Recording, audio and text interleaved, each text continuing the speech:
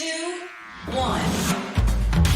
7 things you really ought to know about the brain. I'm Jamie East. This is the Smarter 7. Welcome to a very special edition of the Smart 7. In partnership with Audible, we're bringing you a Smarter 7 that introduces Stephen Fry's Inside Your Mind, a brand new Audible Original Podcast. We'll explore some of the fascinating ideas and insights about that most mysterious of organs, the human brain. 7. It's the organ of knowledge and the one we know least about. We start where everything starts, as Stephen looks at the evolution of the brain itself. Life, as far as we can tell, began in the sea some 3.8 billion years ago. It involved single-celled organisms, and much of the life on our planet still answers to that description. But roughly 3 billion years later, and for reasons we don't entirely understand, a certain strain of single-celled organism began clumping together. The most likely candidate for this clumping behavior is the ancestor of what we today call choana flagellates, microscopic oval blobs with a collar. Choana flagellates can carry electrical signals along their bodies. They can signal to their neighbors using chemical messengers called neurotransmitters, and they can receive those same signals from their neighbors. This is the first very faint glimmering of what will one day become a nervous system.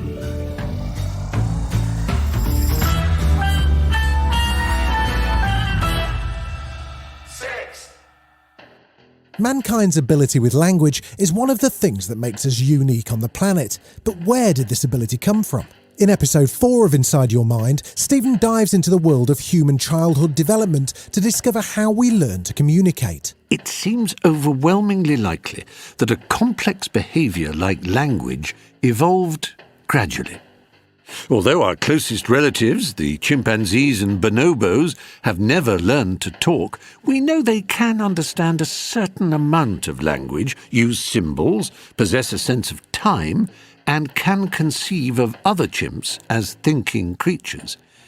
They aren't as good as us at doing any of these things, but the more we study them, the more the differences seem to be quantitative rather than qualitative. Given that we both evolved from a common ancestor that didn't talk, what was it that set us on the path to loquaciousness? The answer may well be connected to the relative length of human childhood.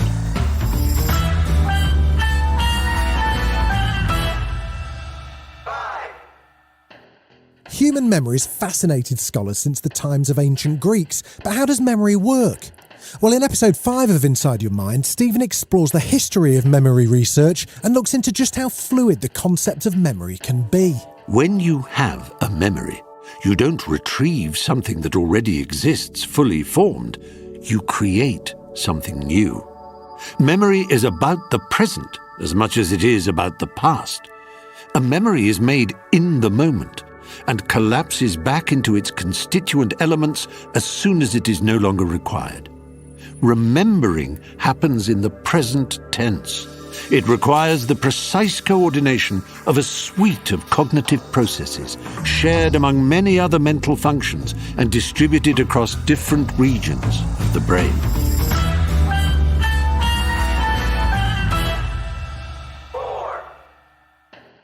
In episode 6 of the Audible Original Stephen Fry's Inside Your Mind, we hear the remarkable story of Phineas Gage.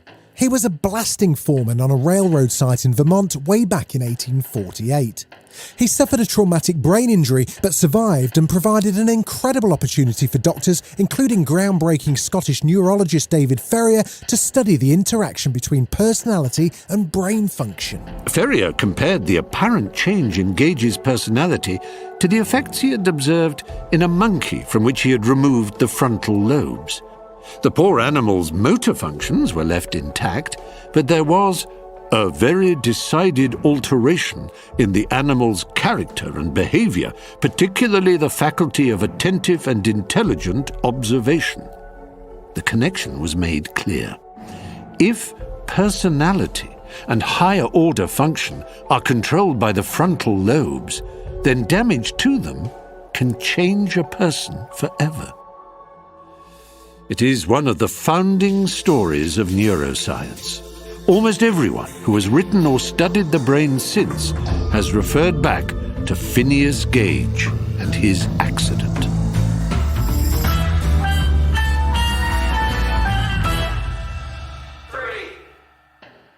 We continue in episode 7 of Inside Your Mind to explore the nature of consciousness and how the brain functions, even while we might appear to be asleep or even in a comatose state. Stephen explores how it is that we can carry out tasks without investing any real conscious thought into them. We see the world not as it is, but in the ways it is useful to us. Many of the processes we need to survive happen unconsciously.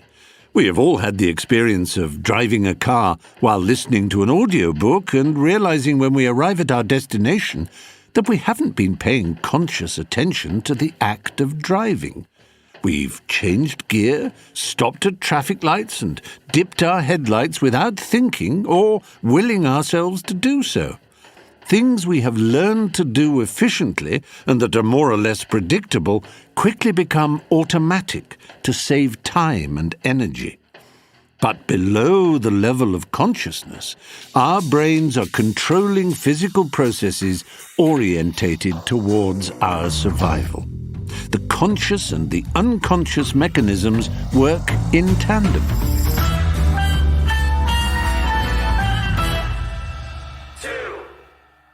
In episode 8, Stephen looks at gender, exploring the 19th century view that women must be inferior to men for purely biological reasons.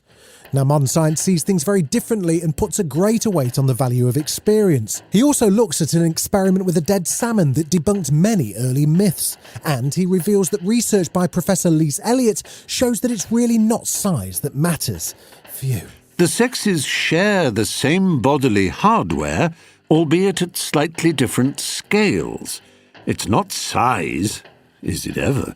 It's what you do with it that counts. None of this will please the James Damores of this world. But what about the clear behavioural differences between the sexes that the survey mentions? Professor Lise Elliott has a helpful line on that, too.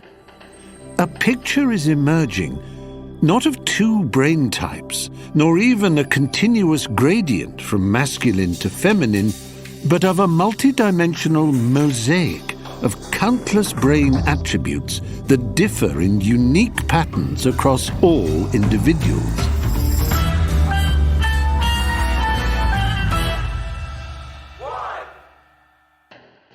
We conclude our Smarter 7 episode looking at Stephen Fry's Inside Your Mind with the subject of sleep. Stephen takes us inside the sleeping brain of Michelle, a 40-year-old woman who has had a very busy day. During the day, Michelle has attended meetings, gossiped with colleagues, gone for a run, watched television, listened to podcasts, written emails, and daydreamed about the holiday she recently returned from. These activities will have generated memories which are encoded temporarily in Michelle's hippocampus. What happens at night is that these memories are being moved via the slow, synchronized waves of deep sleep from the hippocampus to the long-term storage sites in Michelle's cortex. What you were hearing was the steady throb of memory transfer. Michelle's brain talking to itself. This has been a Smarter 7, celebrating the release of an Audible Original Podcast, and you can download Stephen Fry's Inside Your Mind on Audible now. Every episode has brainy stories, some shocking, some thrilling, and some scarcely believable. And don't forget, every month Audible members get 1 credit to use on any audiobook, regardless of price or length, plus unlimited access to Audible Original Podcasts at no extra cost. So if you fancy diving into your brain with Stephen Fry, you can listen for free with your 30-day trial at audible.co.uk/Inside Your Mind. After your 30-day free trial, it'll cost from $7.99 a month and renews automatically. See audible.co.uk/FT for eligibility.